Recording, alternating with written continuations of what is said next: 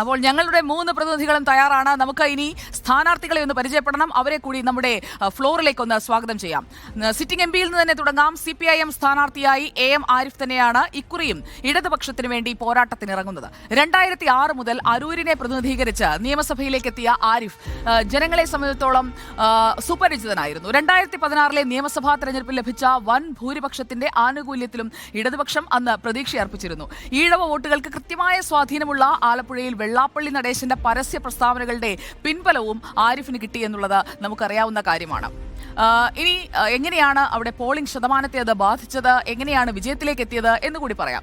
2019 10,90,112 പേർ പോളിംഗ് ബൂത്തിലെത്തിയപ്പോൾ സംസ്ഥാനത്തെ ഏറ്റവും മികച്ച പോളിംഗ് ശതമാനത്തിൽ ഒന്ന് ആലപ്പുഴ ലോക്സഭാ മണ്ഡലത്തിൽ രേഖപ്പെടുത്തി. AM ആരിഫിന് അന്ന് കിട്ടിയത് 4,45,981 വോട്ടുകളാണ്. ഷാനിമോൾ ഉസ്മാന് 4,35,496 വോട്ട് കിട്ടിയപ്പോൾ ഡോക്ടർ KS രാധാകൃഷ്ണന് 1,87,729 വോട്ട് പിടിക്കാനാണ് കഴിഞ്ഞത്. അങ്ങനെ AM ആരിഫ് എന്ന CPIMന്റെ സ്ഥാനാർത്ഥിക്ക് ലഭിച്ച ഭൂരിപക്ഷം 10,474 ഒതുങ്ങി. കഷ്ടിച്ച് 10,000 കടന്ന ഭൂരിപക്ഷത്തിൽ AM ആരിഫ് വിജയിച്ച ആലപ്പുഴയുടെ ഒഴുക്ക് ഇത്തവണ എങ്ങോട്ടാകും? പ്രവചനാതീതമാണെന്നേ പറയാൻ കഴിയൂ.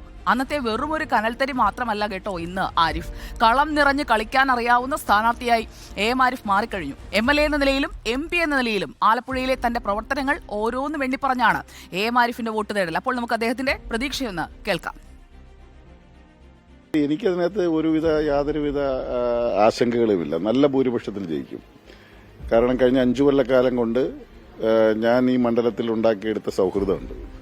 പിന്നെ കഴിഞ്ഞ നിയമസഭാ തെരഞ്ഞെടുപ്പിൽ പ്രതികൂലമായ ഒരു വലിയ സാഹചര്യം നിലനിൽക്കുമ്പോൾ പോലും 5 അസംബ്ലി മണ്ഡലത്തിലും LDF നല്ല ഭൂരിപക്ഷത്തിൽ ജയിച്ചു, പുതിയ ടീമിനെ വെച്ചിട്ട് പോലും.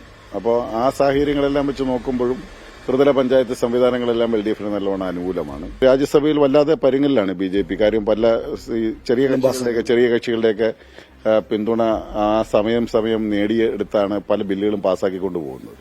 അപ്പോൾ ഒരു അബ്സല്യൂട്ട് മെജോറിറ്റി BJPക്ക് പാർലമെന്റിൽ കിട്ടണമെന്നുണ്ടെങ്കിൽ, രാജ്യസഭയിൽ കിട്ടണമെന്നുണ്ടെങ്കിൽ ഒരു 4-5 പേരുടെ കുറവുണ്ട്.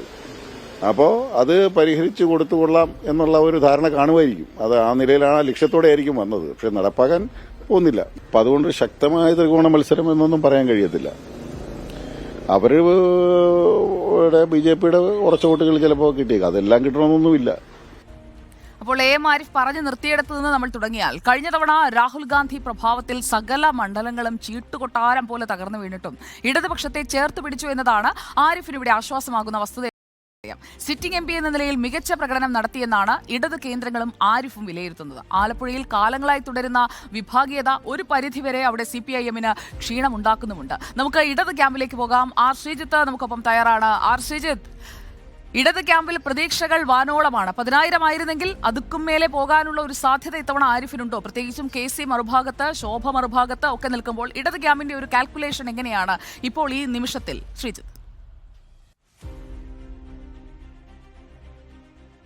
സുജിയ, ഗുഡ് ഈവനിങ്.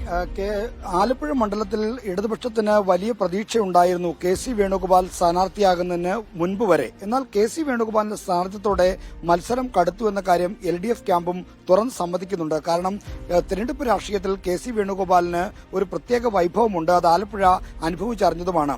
96 നിയമസഭാ തെരഞ്ഞെടുപ്പിൽ മത്സരിക്കാനാണ് KC വേണുഗോപാൽ ആദ്യമായി ആലപ്പുഴയിലെത്തുന്നത്. പിന്നീട് തുടർച്ചയായി നിയമസഭാ മണ്ഡലം, ആലപ്പുഴ മണ്ഡലം അദ്ദേഹത്തിന്റെ കൈപ്പിടിയിലായിരുന്നു. കണ്ണൂർകാരനായ KC ആലപ്പുഴ മണ്ഡലക്കാരനായി മാറി. 2009 മുതൽ ഇങ്ങോട്ട് ഈ നിയമസഭാ മണ്ഡലത്തിലും അദ്ദേഹം പാർലമെന്റ് മണ്ഡലത്തിലും മത്സരിച്ച് വിജയിച്ചു. അപ്പോൾ KC വേണുഗോപാലിന് മണ്ഡലത്തിൽ അദ്ദേഹം AICC നേതാവ് നിലയിൽ ദേശീയ തലത്തിലേക്ക് രാഷ്ട്രീയം മാറ്റിയെങ്കിലും ആലപ്പുഴയുമായുള്ള അദ്ദേഹത്തിന്റെ ബന്ധം ഒരു ഘട്ടത്തിലും മുറിഞ്ഞിട്ടില്ല. ഇപ്പോഴും അദ്ദേഹത്തിന് ഓഫീസ് നിലനിർത്തി പോന്നിരുന്നു. ആലപ്പുഴയിലെ പ്രശ്നങ്ങൾ സജീവമായി ഇടപെടുമായിരുന്നു. അത്തരത്തിലുള്ള ഒരു വിഷയമാണ്, ആ ഒരു ബന്ധം ആലപ്പുഴയുമായി KC വേണുഗോപാലിനുണ്ട്. അതുകൊണ്ട് തെരഞ്ഞെടുപ്പ് രാഷ്ട്രീയത്തിൽ KC വേണുഗോപാലിനെ എഴുതിത്തള്ളയാൻ കഴിയില്ല എന്നൊരു ചിന്ത LDFനുണ്ട്. എന്നാൽ നേരത്തെ ആരിഫിന്റെ നമ്മൾ കണ്ട പ്രതികരണത്തിൽ അദ്ദേഹം സൂചിപ്പിച്ച പോലെ പ്രതികൂലമായ രാഷ്ട്രീയ കാലാവസ്ഥയിൽ പോലും ഇടതുപക്ഷത്തിനൊപ്പം നിന്ന മണ്ഡലമാണ് ആലപ്പുഴ. അത് 2019 ലോക്സഭാ തെരഞ്ഞെടുപ്പിൽ കണ്ടതാണ്. 2021 നിയമസഭാ തെരഞ്ഞെടുപ്പിൽ ഹരിപ്പാടും കരുനാഗപ്പള്ളിയും ഒഴികെയുള്ള മറ്റ് ഈ ലോക്സഭാ മണ്ഡലത്തിലെ എല്ലാ നിയമസഭാ മണ്ഡലങ്ങളിലും LDFന് വിജയിക്കാനായിട്ടുമുണ്ട്. അപ്പോൾ രാഷ്ട്രീയമായി ഇടതുമുന്നണിക്ക് അനുകൂലമാണ്.